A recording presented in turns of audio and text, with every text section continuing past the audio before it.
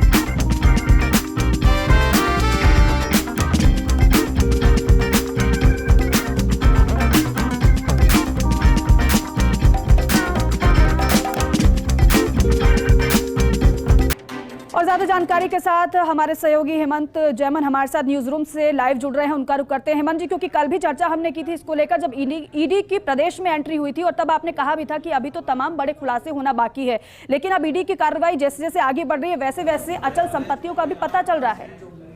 देखिए दीपिका, जिस तरह से हमने कल बताया था कि ईडी की जो कार्रवाई है वो खास तौर पर जो आर्थिक लेन देन है, आर्थिक मामले हैं, उनको लेकर के की जा रही है। और आज की सबसे बड़ी अपडेट ये है कि आज भी ईडी की कार्रवाई जारी है और वो तमाम सबूत और दस्तावेज खंगाले जा रहे हैं जिसमें प्रॉपर्टी के लेन देन है, पैसे का लेन देन है। क्योंकि पेपर लीक मामले में करोड़ों रुपए का लेन देन कई लोगों के बीच में हुआ। एक गिरोह है, उस गिरोह के जरिए पेपर लीक का षड्यंत्र रचा गया।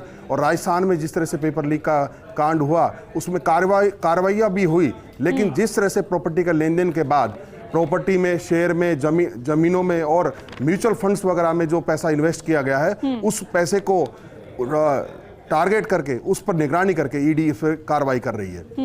हेमंत जी, एक बात और जो आप बता रहे हैं कि म्यूचुअल फंड का पता चला है और कुछ संपत्ति का भी पता चला है। बाबूलाल कटारा की अगर बेटे की बात की जाए तो उसके 50 लाख रुपए के म्यूचुअल फंड के जो दस्तावेज है वो भी ईडी ने जब्त कर लिए हैं। ऐसे में इस कार्रवाई को आप किस तरीके से देख रहे हैं अब आगे बढ़ते हुए?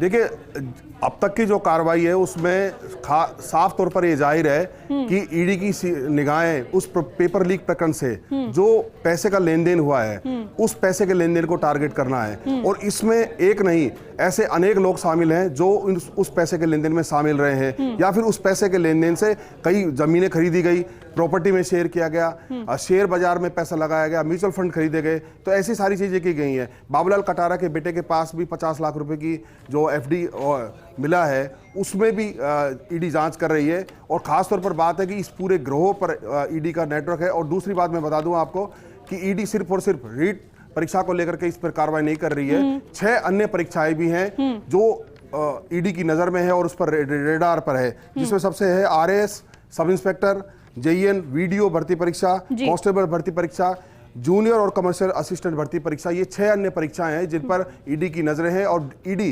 पैरेलली रिट के साथ साथ इन पर भी ठीक है। हेमंत जी, लगातार आपसे हम जानकारी लेते रहेंगे, अहम जानकारी आप दर्शकों को दे रहे हैं। फिलहाल के लिए आपका बहुत शुक्रिया बातचीत के लिए। तो जयपुर से बड़ी खबर है आपको